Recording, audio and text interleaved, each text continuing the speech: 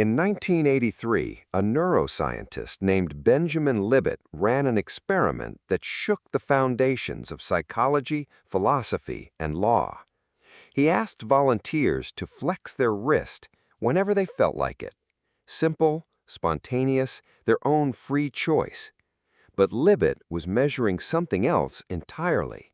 He was measuring when their brain decided to move before they were even aware of it. The results changed everything we thought we knew about free will. Here's what he found. Using EEG electrodes on the scalp, Libet detected a brain signal called the readiness potential.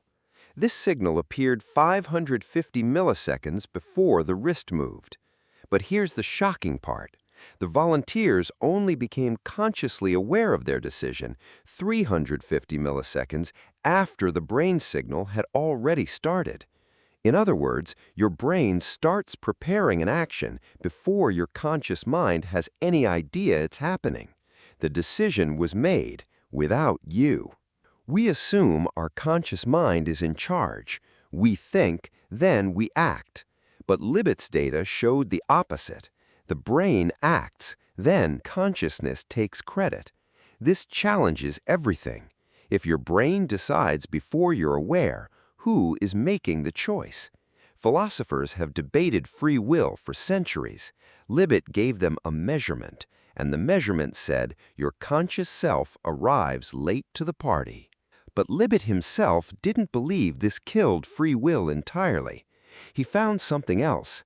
Volunteers could cancel the movement at the last moment, even after the brain signal had started. He called this the veto window. Your conscious mind may not start the action, but it can stop it. We may not have free will to initiate, but we have free won't, the power to refuse. Here's the first principle behind Libet's experiment. Your conscious mind is the tip of the iceberg. The vast majority of your brain's activity is invisible to you.